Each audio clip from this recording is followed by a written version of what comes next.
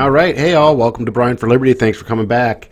Hope you will take a second and subscribe to the channel. If you're new here, go and check out some of the old content. If you like what I have to say, please subscribe, share, and leave a comment if you agree, disagree on some of the points that I'm making here. I'd love to hear from you. So once again, thanks for stopping by. Going to talk about a few different things today. A couple of pretty important developments taking place across the country in response to coronavirus that I think are pretty important, things that we definitely need to be having conversations about.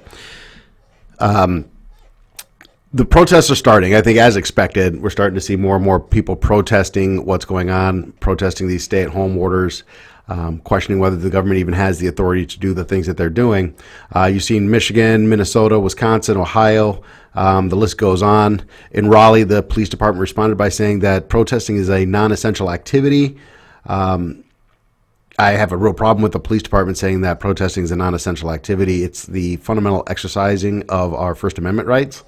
And we really have to have this conversation as a nation. I'm going to keep pounding on it, but we have to have this conversation as to whether or not we believe that constitutional rights can just simply be suspended in time of an emergency. And if governors have the power to suspend federal constitutional rights, I don't believe they do. I think that several of these actions have gone way too far in terms of our liberties and our ability to live our lives on a day-to-day basis. We are hurting people.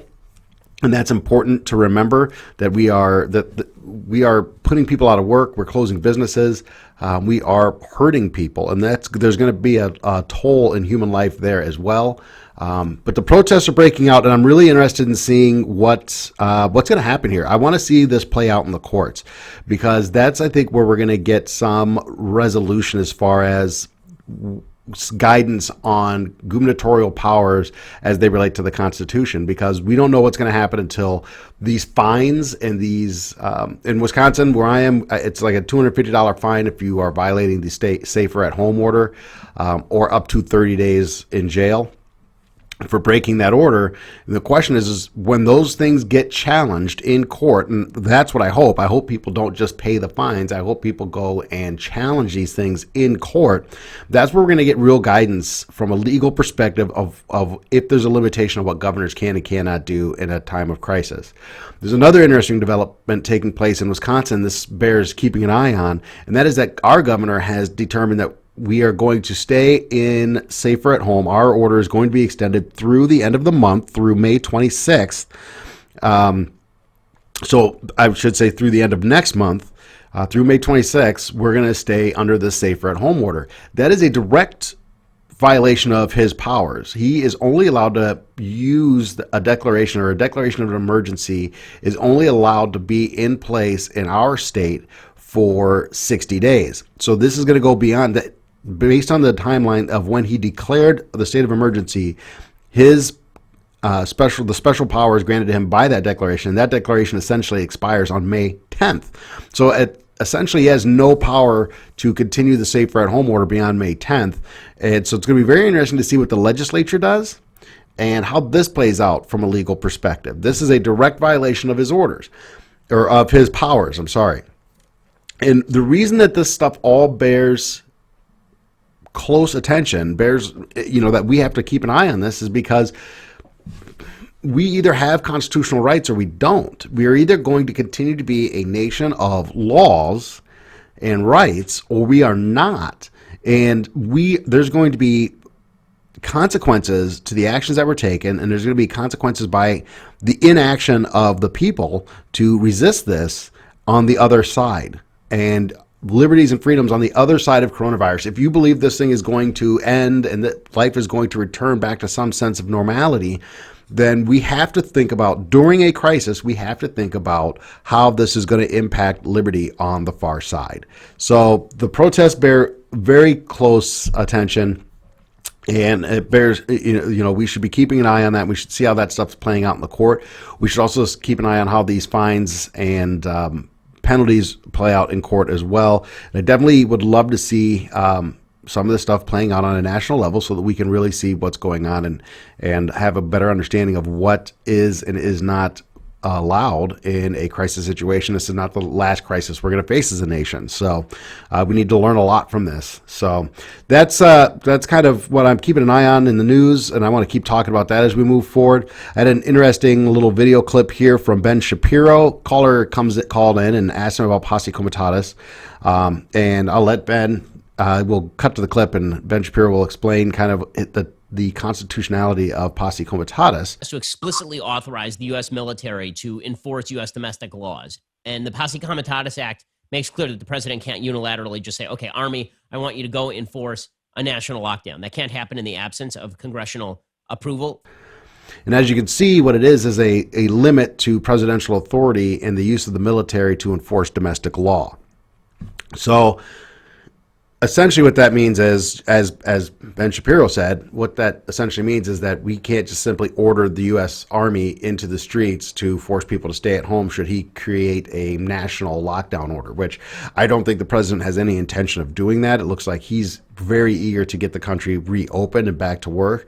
And I think he's going to start pressuring governors to do that. But it's interesting when we look at Posse Comitatus and we look at the fact that it's a constitutional limit on power. This goes back to the first thing I was talking about with the protests and gubernatorial powers.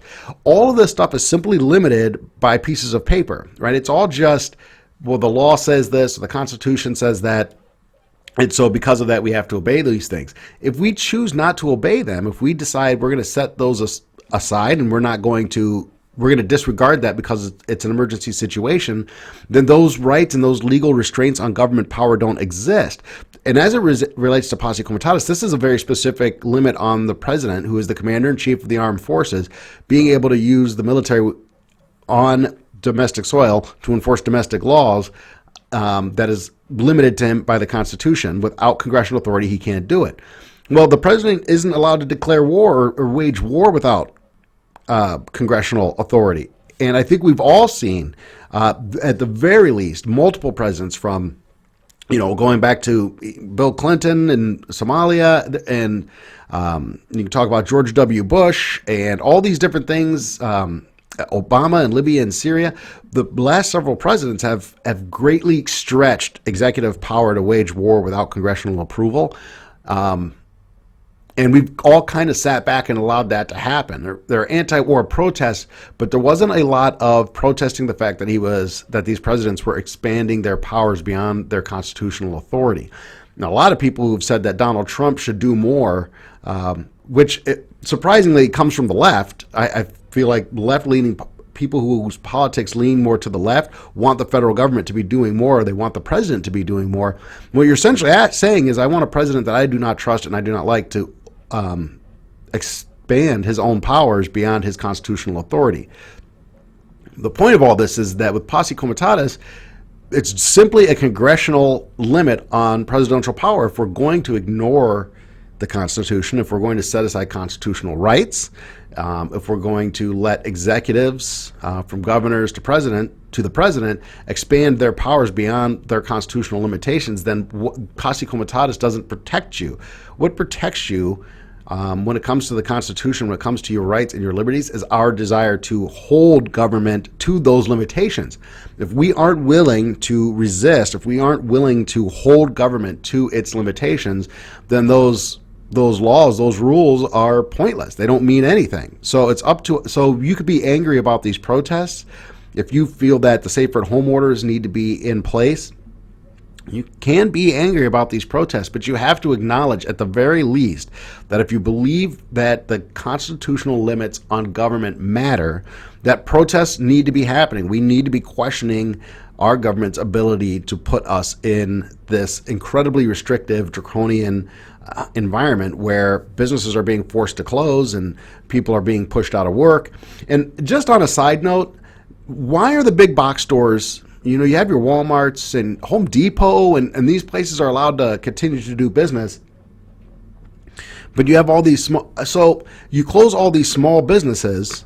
We have to look at the logic of action too, right? We close all these small local businesses And so people are getting stir crazy. They're getting cabin fever. They want to get out. So these big box stores are still open. What does that mean? Aren't you just going to have more people just looking for a reason to get out of their house, gathering in fewer places because so much stuff is closed? Aren't we condensing the population? The idea that everybody's just going to sit at home and not go anywhere is, I think, very flawed. And I think the less places people have to go, the more densely packed they're going to be when they do go out. And therefore, are we really doing anything is this really helping? I don't know. Just kind of a side note there. But back to the original point, and this is, like I said, we have to keep questioning this, and we should look at these protests not as a political, it's a right wing versus left wing, conservatives, liberals, all that stuff. This is a fundamental question regarding whether or not we are going to continue to be a nation of laws and rights or not.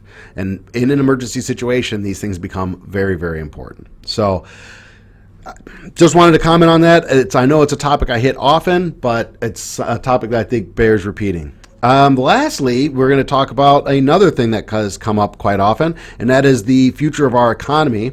And here is just a quick clip of what is being proposed here. And you guessed it, Stimulus 2, which I talked about, a couple of weeks ago, I think was the first time I mentioned that there's going to be another stimulus. And here is the video. So what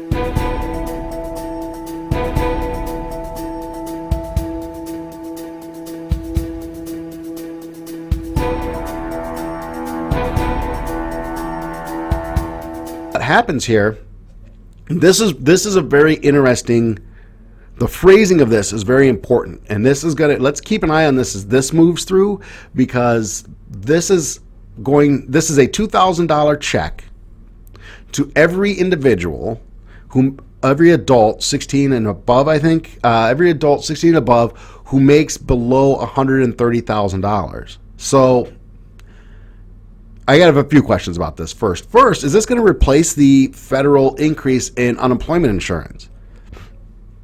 I'm going to get to that in a second, but is this going to replace the federal unemployment insurance bonus? And the second big question I have here is this says until the employment numbers return to pre-pandemic levels. That's incredibly important, because what do we mean by that? Do we mean back to January unemployment numbers, or are we talking, just December unemployment numbers? Anything in the last 6 months are record low unemployment. We understand that it could take years. And when I talk about the economy, this is the important thing to keep in mind. It's going to take years for the economy to return to normal. Are we going to sign a bill that's going to send every married couple, essentially, in the United States, $4,000 a month, plus $500 for each dependent? Okay, so if you have 2 kids and you're a married couple, you're getting $60,000 a year from the federal government. Are we going to do that in perpetuity until the economy returns to record low unemployment? Or are we going to set a number here and say when we get to 5% unemployment or 6% unemployment, then this has to end? This is huge. This is the long-term economic impacts of that kind of expenditure fundamentally changes the nature of our economy. First of all, you're never going to get back to pre-unemployment or pre-pandemic unemployment numbers if you're sending a married couple that was making $75,000 a year before this happened combined, right? Median household income in the United States is $66,000. Essentially what you're saying is, don't worry, it's a pay cut to $48,000 unless you've got a couple of kids, but you can make just as much money sitting at home as you can going out to work. That's important. I don't understand what the logic is behind this. I get the one-time payment isn't enough, but it's not a one-time payment. It's not just the $1,200. You're getting the $600 unemployment insurance kicker, right, for 4 months. And that's going back to that. Like I said, if this doesn't replace that, so you have a married couple, unemployment here in the state of Wisconsin, the max benefit is something like $370. Plus you get the $600 unemployment, the federal unemployment kicker from the CARES Act. So essentially that's $970 per week. All right. So that's almost $50,000 a year, right? It's $970 a week. So we'll round it up just to make the numbers easier. We'll round it up to $1,000 a week. It's $52,000 a year. Now, it's only for 4 months, but I don't think anybody believes that this is just going to end in 4 months. We saw what they did in 2008 and how long they extended the unemployment. I would expect that's going to be something that definitely continues, that they'll be doing again. So you're going to extend that. If the $2,000 per month per adult doesn't replace that, now you're talking about a married couple, both out of work, getting $4,000 from the federal government per month, plus another $4,000 each. Like I said, based on Wisconsin unemployment numbers, another $4,000 a month each.